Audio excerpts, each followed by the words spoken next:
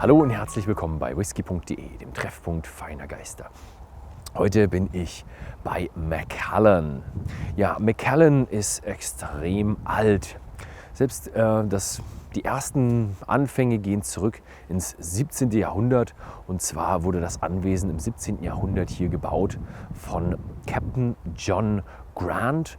Und der war ja schon ein sehr hoher Lord, denn er hat alles von hier, von Macallan, bis an die Küste besessen. Ja, später, 1824, ist dann die erste Brennerei hier von Alexander Reed registriert worden. Wann sie gebaut wurde, weiß man nicht so genau, weil natürlich vorher ist das alles schwarz gebrannt worden und da will man nicht genau sagen, wie kriminell das Ganze war. Ja, und man sagt, er wurde vom Taxman gefasst und hat dann noch schnell angemeldet und das war damals dann, ging dann doch noch. 1892 kam dann auch noch eine sehr, sehr bekannte Figur hier ins Spiel. Und zwar war das der Herr Camp. Und der Herr Roderick Camp hat die Geschichte ganz revolutioniert. Er hat die Qualität von Macallan extrem angehoben, indem er die Sherryfässer sich eingebracht hat, weil er gesagt hat, oh ja, im Sherryfass schmeckt es besonders gut. Er hat den Spirit nochmal verbessert und er ist bekannt als die Figur, die den modernen Macallan Whisky, so wie er jetzt produziert wird, maßgeblich beeinflusst hat. Ja, später, 1960, wurde dann die Brennerei an die Highland Distillers verkauft und irgendwann später, 1999 genau, wurde sie dann an die Edrington-Gruppe verkauft, die sie auch noch heute besitzt. Die Edrington-Gruppe hat sehr viel in diese Macallan-Brennerei investiert. 140 Millionen Pfund hat die neue Brennerei gekostet und die sieht man hinter mir mit diesen 4 Hügeln. Und das ist jetzt ziemlich genau das, was die neue Marke Macallan Brennerei verkörpert. Die Flaschen bleiben immer noch die gleiche und was so passiert ist und was da drin so stattfindet, werden wir uns jetzt gleich mal anschauen. Ich befinde mich jetzt in den Produktionshallen von Macallan. Ja, und die Produktionshallen kennen wir von diesen kleinen Hügeln, die wir auf den Bildern gesehen haben. Ja, das stimmt nicht ganz, denn diese Hallen sind extrem groß. Und wie sie Macallan nennt, sie nennen die nämlich Kreise der Produktion. Alles ist kreisförmig angeordnet und wir haben 4 Kreise. Der erste Kreis ist das Maischen mit der großen Mashtan. Die anderen 3 Kreise sind jeweils Fermentation und Destillation. Aber da kommen wir später noch ein bisschen dazu. Die Mashtan ist auch riesig groß, 86.000 Liter. Und hier gehen wir natürlich ein bisschen mehr auf die Produkte ein oder die Zutaten ein, die verwendet werden. Das Wasser von Macallan stammt nicht aus einem Fluss oder einer Quelle, sondern auf dem Macallan Estate gibt es Tiefenbohrungen. Das heißt, Macallan geht hier richtig tief runter und nimmt Grundwasser für die Produktion ihres Whiskys. Das Malz kommt aus den regionalen Melzereien. Die Simpsons Melzerei kennt man vielleicht schon. Und natürlich nimmt Macallan, wie man es von Macallan kennt, ein ungetorftes Malz für den milden Charakter von Macallan. Die Mashtan wird 4-mal in einer Full Lauder Tanne befüllt. Das heißt, wir haben 4 Waschgänge, aber 2 dieser Waschgänge sind dann Recycling-Waschgänge. Das heißt, wir waschen es aus, weiter zur Fermentation, waschen es aus, zur Fermentation und der dritte wird dann in einen separaten Tank gepumpt, damit er für den nächsten Durchgang nochmal verwendet werden kann. Und auch der 4. wird wieder recycelt, um ein Maximum an Zucker und Stärke aus dem gemahlenen Korn herauszuholen, um auch ein Maximum an Alkohol zu produzieren, der den Macallan so lecker macht. Wir sind jetzt am 3. Kreis der Produktion und das hier ist der äußere Kreis. Hier findet die Fermentation statt. Und wie wir es von Macallan kennen, wir brauchen erstmal richtig viel Masse. Wir haben 21 Washbags mit jeweils 68.000 Litern Fassungsvermögen. Also eine Mashtan kommt hier in einen Kessel rein. Das heißt, diese Fermentationskessel sind wirklich, wirklich tief. Und jetzt kommen wir mal ein bisschen zum Geschmack. Macallan ist ja ein weicher, und süßer und ja, einfach wie man es von einem netten Space Cider kennt. Und dazu braucht man eine langsame Fermentation. Bei schneller Fermentation gibt es ein bisschen rassigere Geschmäcker. Wir wollen aber hier eher einen fruchtigen und milden Geschmack haben. Also brauchen wir eine langsame Fermentation. Und langsame Fermentation gibt es nur, wenn man das Ganze kühl hat. Wer da beim Hintergrund schon sieht, da sind die Kondensatoren und die Brennblasen. Hier ist es extrem warm. Das heißt, die Fermentationskessel wären zu heiß. Und Macallan löst das, indem sie eine Zirkulation haben und eine Kühlung. Wenn man hier drauf fasst, merkt man, die sind wirklich kalt. Ja, 55 Stunden wird dann hier fermentiert und wir haben dann ein Bier, oder wie es die Schotten auch nennen, Wash, von ungefähr 9,5%, was auch schon relativ viel ist. Und jetzt reden wir mal über den inneren Kreis. Der innere Kreis ist gefüllt mit den Stills. Und bei Macallan haben wir immer 3 Stills. Wir haben einmal die Wash Still, 13.000 Liter Volumen, und dann haben wir 2 kleinere Stills mit 3.900 Liter Volumen. Das sind die Spirit Stills. Wir brennen erst auf der Wash Still und dann trennen wir das Ganze auf und es kommt in die 2 Stills. Also es gibt keinen dreifachen Brand, sondern einen doppelt gebrannten Whiskys, aber in 2 verschiedenen Spirit Stills. Und das machen sie, weil sie einen relativ engen Center Cut haben mit 72 bis 68% und eine relativ lange Brenndauer dafür von 5 Stunden. Das machen sie, damit sie die Alkohole sehr gut trennen können und der Brand sehr rein wird.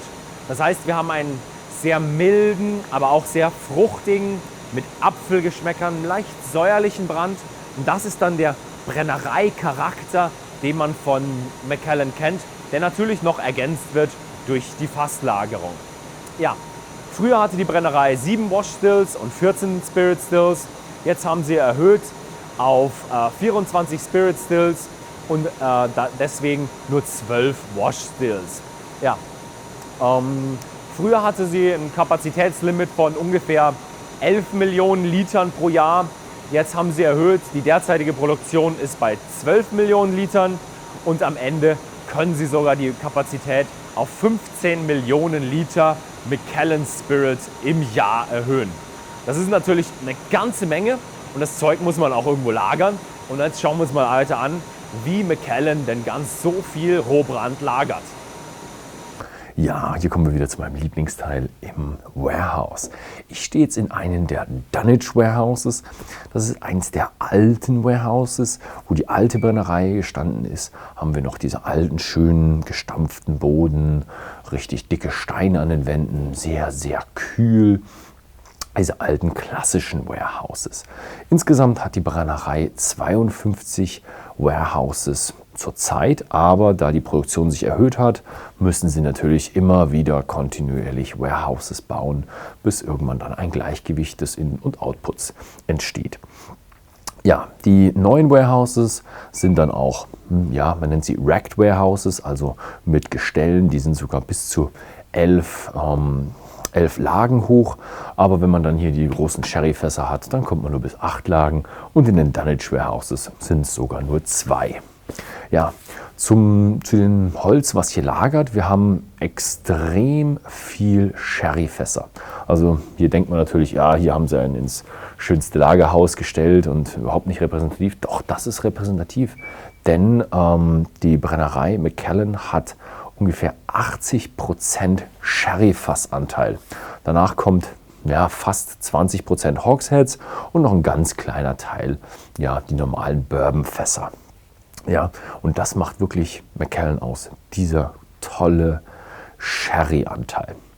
Und ja, ich kann ein bisschen was erzählen. Mir hat uns vorher erklärt, wie sie diese großen Fässer hier wirklich reinbringen. Sie haben hier so einen kleinen Lift, den fahren sie hoch, dann wird das Fass noch mal ein bisschen gedreht, dass hier der Stopfen an der Position, wo sie dann später liegen wird, immer oben ist. Und dann wird es reingerollt und darf dann die ganzen Jahre hier verbleiben. Interessant ist, wenn man hier so ein bisschen rumgeht und schaut, also hier viele Sherryfässer, vorne haben wir noch einen kleinen Teil, der abgesperrt ist. Da sieht man dann Fässer, die mittlerweile 36 Jahre alt sind. Aber es gibt auch noch viel ältere Fässer an verschiedenen besonderen Stellen. Und es wird irgendwann in Zukunft auch mal noch Whiskys rauskommen, die 60, 70 und vielleicht auch sogar mal irgendwo mal ein 80-jähriger Whisky dabei ist. Das muss man sich erstmal überlegen. Das sind Whiskys, die sind ja knapp nach dem Zweiten Weltkrieg abgefüllt worden oder im Zweiten Weltkrieg abgefüllt worden. Ja, schon sehr, sehr interessant, was Macallan alles hat. Ja, zurzeit haben sie 330.000 Fässer hier am Ort. Wenn man das aber jetzt mit anderen großen Brennereien vergleicht, erscheint die Zahl sogar ein bisschen zu klein. Wenn man sich überlegt, 330.000 Sherry Butts sind sowas wie 600.000, 700.000 normale Bourbonfässer. Also Macallan ist auf diesem Macallan anwesenden Macallan Estate eine wirklich Riesennummer im Scotch Whisky Geschäft. Ja, das war es jetzt mit der Produktion und jetzt schauen wir noch mal, dass es weitergeht mit einem kleinen Interview. Das war mal wieder die Produktion und jetzt geht es natürlich mit einem englischen Interview weiter. So, this was the production and now I'm sitting here with Nick Savage. You have 12 years of experience within the whiskey industry. Now you're 2.5 years here with Macallan. So thank you very much for having me here in the beautiful Macallan estate. You're very welcome. East Yorkie's house in the drawing room. Oh, it's beautiful, and if you look in the cupboards, it's really really amazing what you have here. Absolutely. Yeah. So you've just been recently building the distillery. It's up and running. We've seen all the photos. Now we've seen the production from inside. How was the whole experience of building the distillery, getting up and running? I think it was amazing. I think recently is a weird statement. I'm not sure we've been doing it recently. We've opened it recently, but this has been going on for many years. From conception to design to tender to building, 3-year construction build. And I think it's important that we note that during that massive construction build, we also kept producing. Nothing production-wise actually stopped on site. We still made all the Macallan to the right volumes, to the right specs, as well as building a brand new distillery on site. So it's been a monumental 5 years, 3 years build, and actually a 6-month period of opening now. So it's recently opened, but been going for a very long time. Yeah. So much of a reception of the opening, and it's kind of even a bit of a rebranding. If you look at the shape of the distillery, it's just so iconic. I think it's not necessarily rebranding, but I think it takes Macallan on a different trajectory now. Yeah, it's just if you look at the distillery, then if you look at the shape, then yes, that's Macallan. Yes, you will do from now on. I think from now on, it's just that is Macallan. I think we've always had the iconic whiskey, and we've now got an iconic building, and I do think that shape is going to become iconic and absolutely associated with the brand as well. Yeah, the Macallan whiskey will obviously stay the same, but the building is just amazing. So, what are we having today? A very rangeable, or a wide range, should I say, of Macallans, and we're trying to showcase a few of the different aspects of Macallan. What we'll do is we'll start off with a double cask 12, okay? And double cask 12 is 100% sherry seasoned. And as with all Macallan products, 100% natural colour. So the colour we've got there's no caramel added to that. That's completely natural from our European and American oak sherry seasoned casks. So 100% sherry seasoned, and double cask is a combination of American oak and European oak.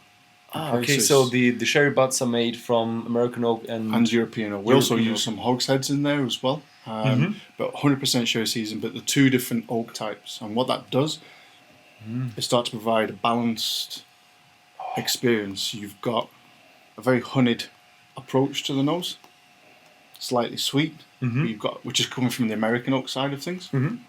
But then you've also got just a background of spice coming from the European notes. There's just a bit more volume to it with the European styles. oak. A little bit of brute ginger in the background. But very subtle, but very honey-driven, very sweet, vanilla-driven, primarily from that European oak. So that American oak tempers the European oak. European oak is classic Christmas cake and spices.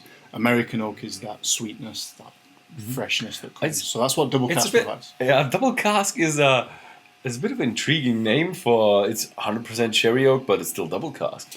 Yeah, it should be two different oaks. But yes, you really have to know what you're doing there. So we've got two cask types. but both go 100% sherry seasoned, if that makes sense. There's also no finishing in there, so they're fully matured in those casks. This is not matured in one cask type, and at the end we add. It's a blend and a vetting in the end. Exactly, yeah. Not a finishing process to add American or European content. Okay. So, but on the palate,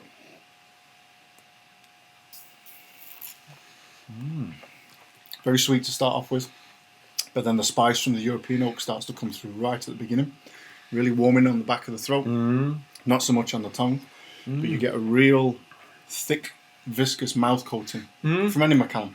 And then that spice decays, and all those sweetness, all that sweetness from the European oak starts to come through. And it's a bit oily. Exactly. The texture is... Which you can see in the glass. You can see the long, thick legs, which are derived from our distilling process that you'll have seen. But the mouth feel is very oily, very sticky. And the sweetness and the honey start to come through at the back stays. on the finish after that spice has disappeared. Yeah, spice goes off. Less oak and just a nice honey feel to the end. Honey toffee for me for double cask. So that was just a 12-year-old. And that's just 12 years old. Nice. Or just, but it's perfect at 12 years old. 12 years old. Absolutely. That's a nice 12-year-old. It's selected at that right age. I was really amazed how many sherry oak casks you have. About over 300,000 on site now. Yeah, it's crazy how. So logistically, it presents a big challenge. I always thought okay, they have the bourbon casks and the hogsheads, but 80%. 80%, absolutely. So if we add a little bit of water as well, it just changes it completely. I'll let you add your own amount of water, as I always do. So how much ABV did we have before? So this is 40% to start off with, and again, add to your own taste is always my recommendation. In the sample room, it's always around 50-50, so about 20%. But that's when we're making it. If you add drop by drop, you get a completely different experience as you go through. It just opens up to different levels. Opens it up, and what you'll find with this is it knocks the spice back and actually really accelerates that American oak. You get a lot more, almost citrus fruit start to come through, but still predominantly really sweet, really honeyed, but just softened from that spice perspective. And I see the spices disappeared straight off the bat, and it's really sweet No, it's from just the get-go. really smooth. Yeah, but you still got the sticky mouthfeel though.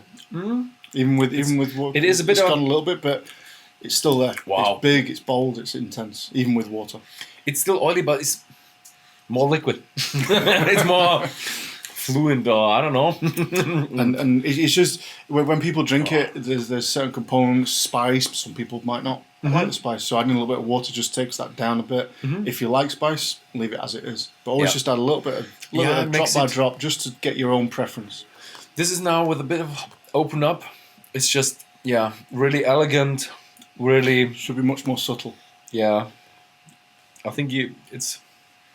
I got very refreshing. Very nice. A bit of water. So the Macallan product range is quite extensive. In our catalog, you're one of the few distilleries who has 1.5 pages of products. And so how are we going into the future? Are you expanding that, or you want to condense it? We want to. I think we want to. We're continually looking at making sure that the consumer can navigate our portfolio. Okay, so when we're talking double casks, very clear on what the experience is going to be like, and we're really concentrating on the final or triple cask now, double cask, and our sherry oak ranges. Okay, they provide the pillars of the brand, and as we move through the ages as well, you get different experiences within those pillars. I think we're also looking at developing experiences that are the one-offs, the limited editions, the edition range, for example. To suit specific consumers around the world.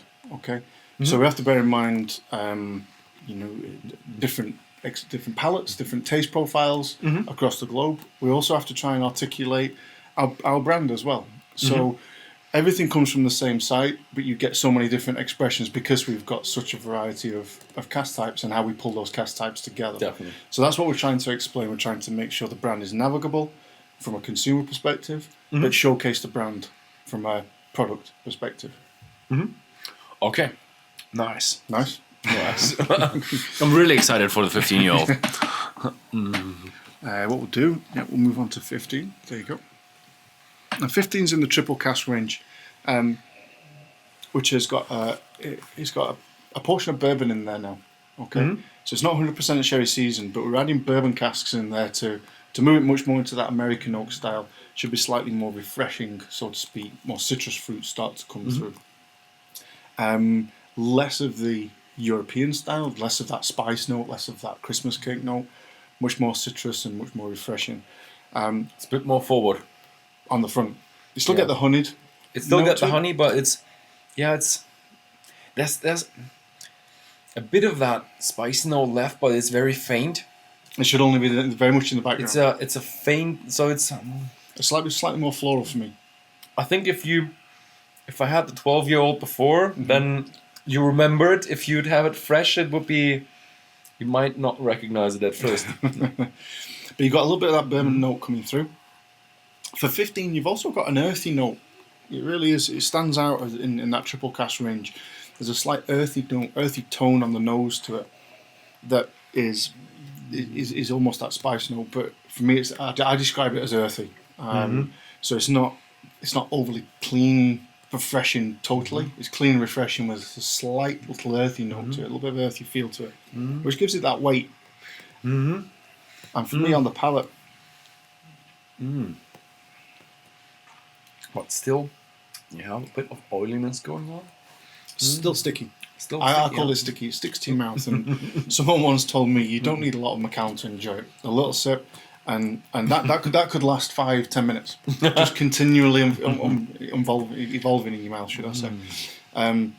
Citrus driven, very refreshing. Yeah, when you swallow it down, definitely refreshing. Now it comes a bit more. You realize it had 15 years when you go more into the finish. The kind of the fresh cut oak that you get from a 12 moves much more into a slightly more matured oak. Aged oak starts to really come through. Definitely in the finish. The finish is much drier. From the start, I would have said, I would have even guessed that the 12 years old was older. But from the finish, you do realize, oh yeah, that's a mature malt. Slightly older. And for me, it's that dryness, that aged oak that gives you that dried finish. Well, it's beautiful how you have a mixture of fruit in there. Between very fruity. Yeah, is a good description of triple cask. Very fruity, just with that body that I described, that stickiness. Again, a little bit of water just opens it up, takes the alcohol content down, and really allows those fruity notes to come through. Really citrus driven for me now. Really citrus driven. Oh yeah. It comes from really. Maybe before it was a bit more orange, now it's a bit more lemon. Really, or maybe it's just more up front, the citrus. Almost go from an orange zest, orange peel, but then right into the lemons, the sort of apples, those types of real sharp citrus fruits. It's interesting. From ripe apple to green apple. Yep. And I think, or baked apple is a lot of times we come through as you get older. I think it's important to know from Macallan, everything is big, bold, and intense. So we're describing light styles, but it's still a lot of apple. It's still a lot of citrus fruit. It's still very intense. It's not a light experience. It's really strange when you have that kind of fruitiness inside a malt distillate. It's very, very. You're right. It's very, very fruity. I mean, I knew make starts fruity and malty, but adding that. Those really active casks, those first fill casks, those second fill casks, those bourbons, and actually, it's still a natural colour. We've added water to that. Still good colour, and it's still a good colour. To say there's no caramel in there, and I think for me, it's a lot of people say don't mix. We've added water, and some people will say don't add water. For me, it's all about preference. I'm actually a neat guy, but I would never judge anybody who adds water. 100%. Because water is just, it's just when you like that fruitiness and that opening up of the whiskey, it's beautiful. But I like the intensity. I think you should always try. Yeah, when you're definitely. first experiencing it, try neat. Try a couple of drops. Try a couple of drops. Try a couple of drops, and then find your personal preference, depending on whichever style you're drinking. So for me, when we're moving into the much higher ages, I always add just a little bit of water. That's just my personal preference. When we're into the 15 and the 12, I often leave it neat as well. No, okay, nice. Again, personal preference. It's your experience. Nobody. Yeah, else's. that's the beauty about whiskey. It's always about Always your personal preference. preference. Absolutely.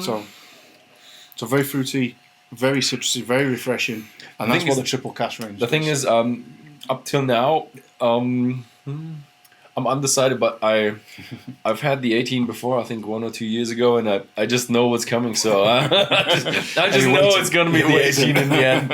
Okay. But it's also interesting, it's a good point, because 18 is my personal favourite, regardless of the range. But depending on the situation, depending on the time of year, depending on the occasion, depends on where I'll go as well. Yeah. So if it's a hot summer's day, I'm more down at the 12s and the 15s and the fine oaks and the double casks. Cold winter's night, 18 every time. Yeah. So there's an occasion as well as a personal taste preference. So for Macallan, we've seen so many different bottles, and there are so many special bottles, signatures, and I've seen 1950 over there. I have some of them at home as well. I think mine are replica bottles though. I'm not sure if they're replica, but you have so many old bottles, and I think there was I had a news on that a bottle was auctioned off at such a high price, and it attracts really many shifty people and who want to forge bottles. How do you as the distillery or as the brand deal with that? I think we take it very seriously. Because you're right, it's our brand, it's what we represent, and we take it with the utmost importance. We work very closely with auction houses, for example, where those auctions would go through, and we work collaboratively with them and with third parties sometimes to make sure that we're ensuring that is genuine products through those ultra high value auction channels. But even if you look at our packaging going forward, we've got the new holograms that are coming. That have been in place for a while. We're continually improving them. We've got the traceability through QR codes. So, yes, there's the historical aspect, and we work collaboratively with anybody who is selling. But going forward, our products, we're continually improving our traceability, transparency, and the security ultimately through things like the hologram. Okay, so a hologram is definitely a good idea, but I don't think a 1950s bottle has a hologram. So again, you have to work in a completely different world now, and you have to go through historical archives. You have to go through sampling where necessary, depending on the product, depending on what the sale is. If it's open, if it's closed. Exactly, it presents different problems, different challenges. So we work very collaboratively with the auction houses to make sure that we're providing that authenticity as far as we can. Okay, yeah, that's nice. So for all the people out there, if you finish a very expensive bottle, always destroy it, never sell it. Yeah, always scrap the label off. Yes, I'll scrap the label off. We tell the people bore a hole in it or something that, or keep it. Just don't let it go. Oh yeah, don't sell it. I mean, the thing is, don't sell it. For me, it's a great point, because why do we make the whiskey? We ultimately make the whiskey so as you can enjoy it and you can taste it and it can be appreciated. But we do appreciate that sometimes it gets very, very rare and very high demand comes in. So you never know. Yeah, I don't think the demand will go away. I think it will just be more. Hopefully not. It's great that people take such a passion in Macallan. And like I say, for us, we take that passion very seriously, and we do all we can to make sure that I like it that you expand production so it doesn't become really bad with shortages. We built a new distillery to accommodate future growth. That doesn't mean we go full bore. That means we've got flexibility to ensure that demand of the future without compromising at all on quality. Definitely, what I've seen is just a really well-run distillery. Good, I'm glad. I should report back. So we'll go with an 18 next. Oh, there you go. And again, yes, I did say earlier on, this is my personal favourite. I think it's got everything. It's got everything you need. The facial expression. Aside from ultra aged products, ultra rare products, which you're drinking for a different reason. You're drinking because it's an experience, because you're trying to look back into the world, what it used to be like, and not many people can have that experience, and that's why you're drinking it. But a day-to-day drinking, 18, it's my personal favourite. Yeah, it's an expensive bottle, but it's still, I mean, it's a whole bottle. You can have that for many years, and it's just, when you pour one glass, it's just a lovely drink. I mean, you're back to 100% sherry seasoned.